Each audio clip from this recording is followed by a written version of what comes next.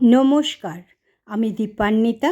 আমাদের আজকের রেসিপি সিমইয়ের মিষ্টি, অর্থাৎ সিমই দিয়ে আমি মিষ্টি তৈরি করব।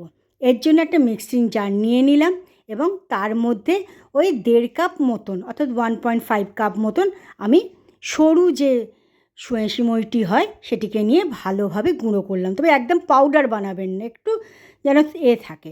তারপর একটা কড়া নিলাম, তাতে 1 কাপ দুধ আমি ঢেলে দিলাম।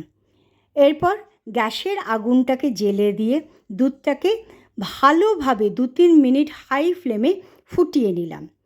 2-3 মিনিট ভালোভাবে ফোটানো যখন হয়ে গেল, এই দুধটা যখন জাল দেবেন তখন ক্রমাগত নাড়াচাড়া করবেন। যখন ভালোভাবে ফুটে গেল তার থেকে 1 হাতা দুধ আমি তুলে রাখলাম।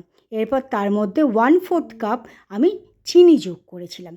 ওই যে দুধটা তুলে রেখেছিলাম তার মধ্যে 2 টেবিল স্পুন মিল্ক পাউডার গুলে নিয়ে সেটাকেও দুধের মধ্যে ঢেলে দিলাম। মিল্ক পাউডার দিলে দুধটা ঘন করতে খুব তাড়াতাড়ি হয়ে যায়।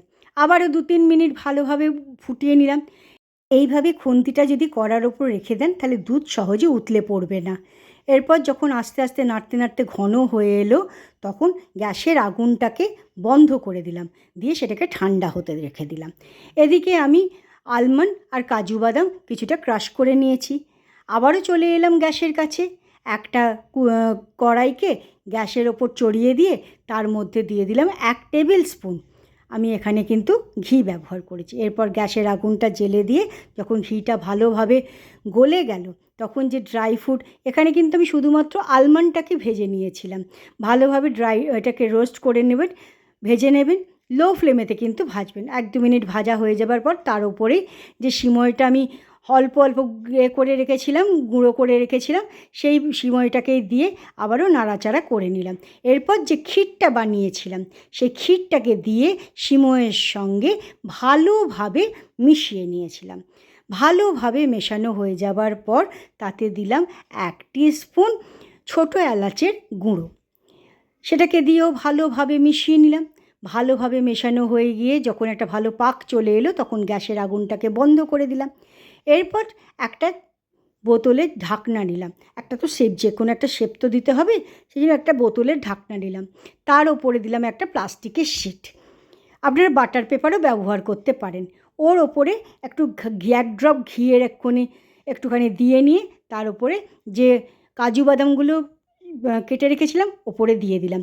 তারপর গরম গরম অবস্থাতেই 1 টেবিল স্পুন তার থেকে নিয়ে সিমইয়ের ওই মিক্সচারটার থেকে নিয়ে ওই কাজু বাদামের ওপর রাখলাম। তারপর ভালোভাবে প্রেস করার পর একটা মিষ্টি আমাদের তৈরি হয়ে গেল। আবারও দেখিয়ে দিচ্ছি। প্রথমে ঢাকনাটার ওপরে প্লাস্টিক শিটটাকে বসাবেন, তার ওপরে 1 ড্রপ ঘি দিয়ে দেবেন। ঘি দেওয়ার পর কিছুটা কাজু বাদামের স্লাইস ওর ওপরে দিয়ে দেবেন।